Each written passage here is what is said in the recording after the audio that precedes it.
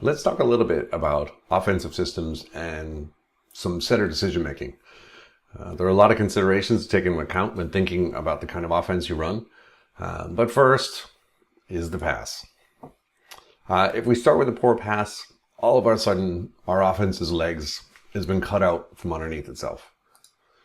We only really have one option on a poor pass, and it's usually one of our pin hitters who has to get even further off the net than they usually would to be able to attack a less than ideal set. A slightly better pass might open up more options for us. We'd call this a 2-ball if we were rating it. Now we have more high ball options, but our poor middle is still largely taken out of the action.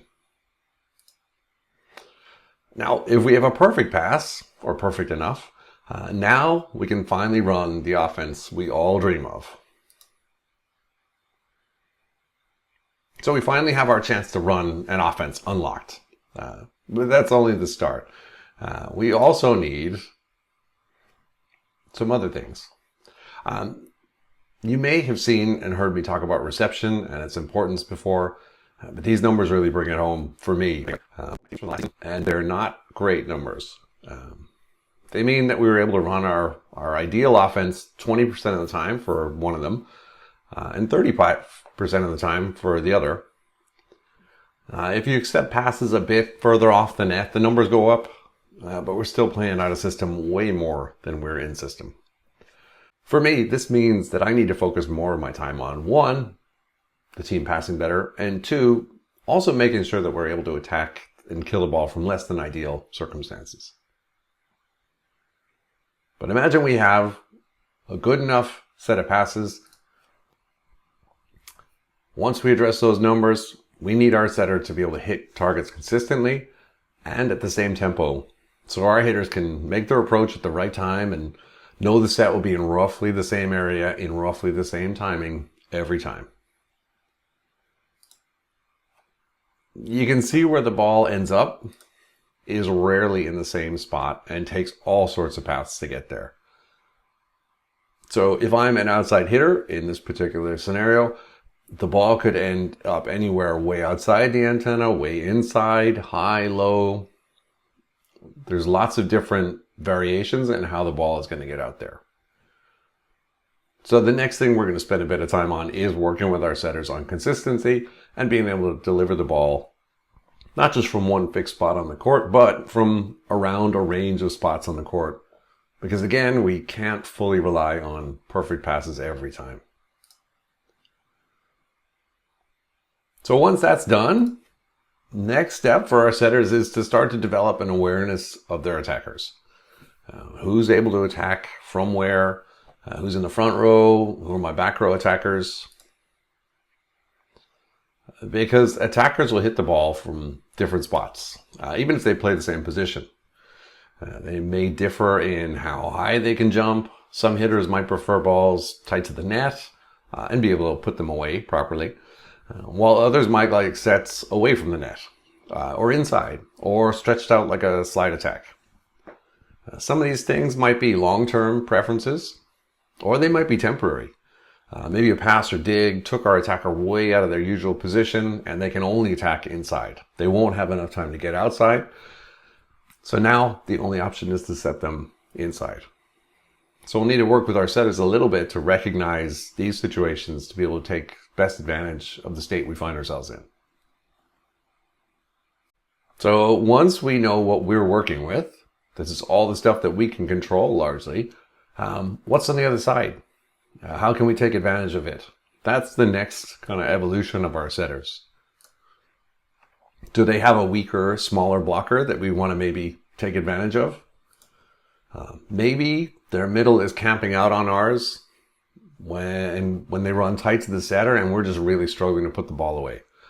Everybody is able to get out on their hitters. The middle's able to help out on our right side, and we're just unable to kill the ball. Well, maybe it's time to say to the middle, hey, we're going to go shoot you into the gap. That'll draw the middle out to the left side a bit more and potentially isolates our right side against a blocker that maybe isn't as strong. It was just being covered by that middle who was able to help out. So now we're kind of reaching that that ultimate enlightened state of volleyball offense. When we've got all those things put together, we've got our good passes. We're able to hit a location consistently and in the same time, roughly, every time. Our setters know what they're dealing with in terms of attackers. And then we also have an idea about how we can exploit the other side. So as we start to move up this evolutionary chain, we start to develop set calls because we all want to be on the same page when we're referring to where we want the setter to put a ball. So we can do that by using a system like this. Now, I use a version of the system I used back in the day in the US, which is where we've broken the net into 9 zones across the court and a series of heights above the net. The setter is ideally in 6 for me. This isn't the same for everybody. And we have this grid-like system for referring to sets by their height, and it's their relative speed / tempo, and by the location in which they get attacked. So you can see here we've got 14 in the upper left-hand corner and a 91 all the way down in our lower right-hand corner. And it doesn't mean that 14 is going to be set and they're going to be attacking that ball 4 feet above the net in zone 1. It means that it's hit 4 feet at some point, and is coming down into zone 1 out by the antenna. So if we overlay some of our sets on top of that, these are our pin sets. We have 2 tempos out to the outside. We have a go, which is that bit faster, usually between a 2 and a 3 feet high over the net. And then we have a 4 or a hut. That's probably our default set, especially right now when we're just chucking the ball to the outside and we're expecting them to kill it and also make adjustments when it doesn't land exactly where it's supposed to. On the backside, we have a 9 or a red if we're trying to speed things up a little bit. It's not quite a slide because we're attacking it as the opposite, so we're coming straight down the line as a righty opposite. But those are just our calls to make sure that they can communicate, the hitters and the setter, between themselves and the coaches to say, this is what we want to try to attack in this particular situation. We have quick sets as well. And again, you can sort of see the remnants of that grid system. The 31 keeps both of those numbers. It's also known as the shoot. That's a low set kind of in the gap between the setter and the outside hitter. And then some of the other options, like the 51, or we shorten it to a 1. That's super quick in front of the setter. Or if we're running a back one, we could also call it a 71. And the intention is that that's a really, really fast tempo set. The middle blocker, middle hitter should be off the ground when the ball is in the setter's hands. But again, that depends on the level of your players. If they're maybe a little less advanced, maybe they've got both feet, the step close is finished, they're ready to take off, and that's when the ball is in the setter's hand, so it's a little bit higher.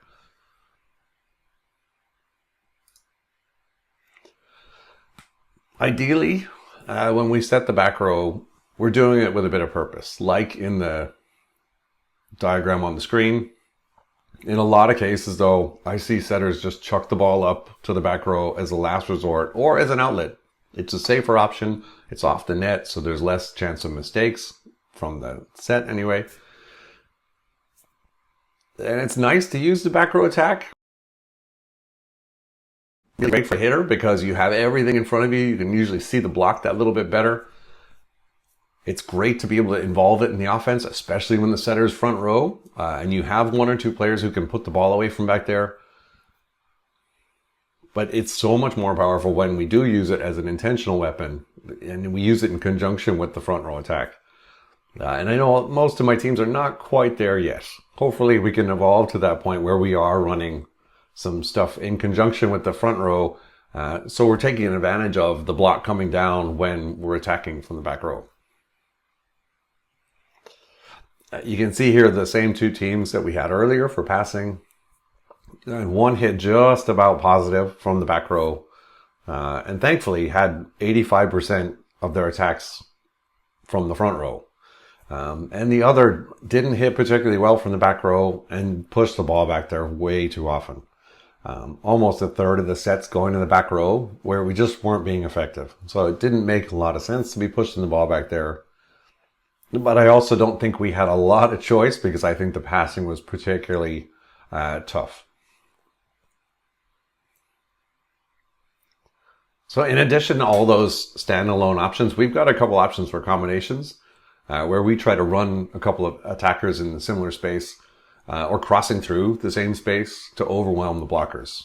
Maybe blockers miss as someone crosses over someone else and they don't pick up the new attacker in their zone, and you have a free spot on the net to attack the ball from.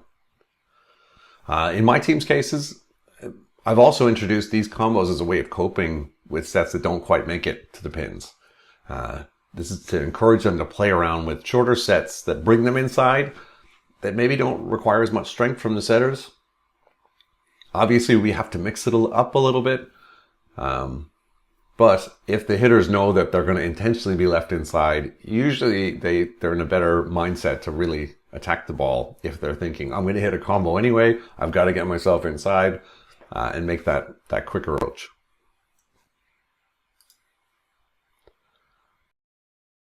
So here's a look at the big picture of where all our sets are going and who typically hits them.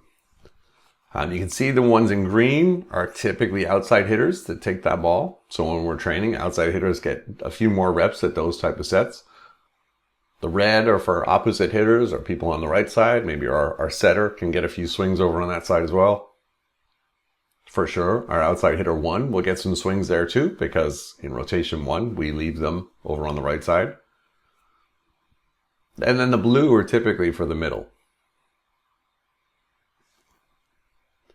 Now, with all of those, there's the chance that people run into each other. We have a lot more congestion. We're trying to confuse the block. We don't want to confuse ourselves. So this is where we do evolve to the point where we come up with some plays. So once we've got a bit of competence in those building blocks for running an offense, doesn't have to be competence in all of them. This is where we can start building those plays. So we can quickly refer to them for some strategy in match. And work through them as set plays during the course of a training session. I'm going to take a quick example here from rotation 2. These are the hitters we have available. So maybe we have a series of 3 plays we can run. You might have seen setters at a high level giving their teammates signals with their hands. Sometimes those signals are about a specific set to a specific player. Like for example, they might flash one finger at the middle to tell them to run a quick or a 1, and it's this finger, not any other finger. You might have also heard it referred to as a 0 tempo set. They might flash their single pinky to tell them to go run behind. And then in other cases, they might be a signal to the entire team to let them know that we're going to run a play that we've drawn up as play 1.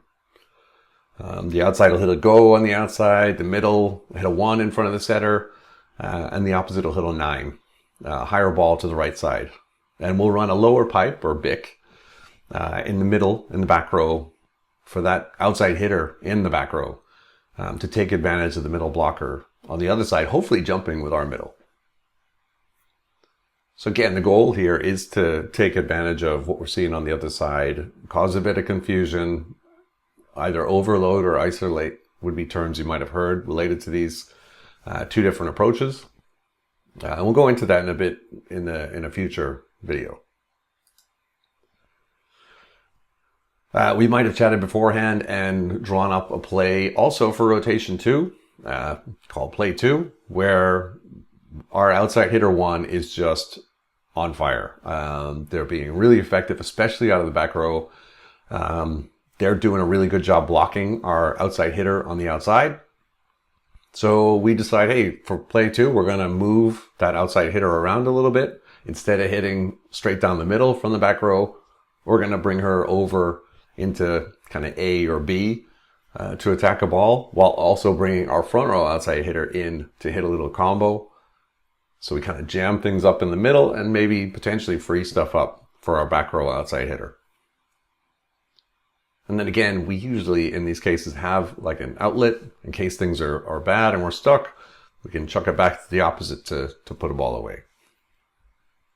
But you can see maybe that's an example of a hand signal that the setter might give to say, okay, cool, look, we're looking for play 2 here in this rotation. And then maybe we have a third play where actually our middle hitter is going to be our big weapon that we want to take advantage of. They're doing a great job blocking us on the outside. Maybe we're not able to efficiently kill the ball from the back row. But our middle is nice and quick and can get out there fast to the gap. That's something they can exploit. And because our opposite is hitting so well, the middle blocker on the other side has to stay close to the right side to help out, and they're going to be late getting to that shoot in the middle. So that's an example of a set of plays that we might have set up beforehand. There are loads and loads of options. And of course, I wouldn't want to just dump these on a team in a pre-match meeting. Not that I wouldn't be above doing something dumb like that. But we'd want to review and discuss with our setters and attackers and also the libero for coverage. And also for knowing what routes to leave open for the hitters. We don't want to have the libero kind of drifting through space where, oh, actually we've got somebody attacking there. They're going to hit a ball out of A instead of pipe. But the libero is kind of drifted over into A, and now we have an issue and we're not going to get a decent swing at the ball. So much is also going to depend on the abilities of the attackers on court.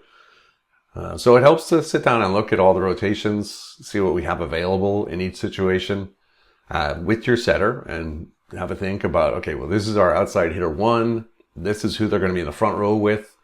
What kind of plays do we want to run to be able to put the ball away?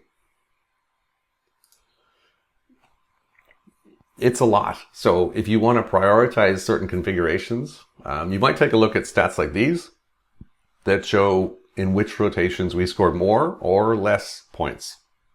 How well we did siding out versus when we were serving.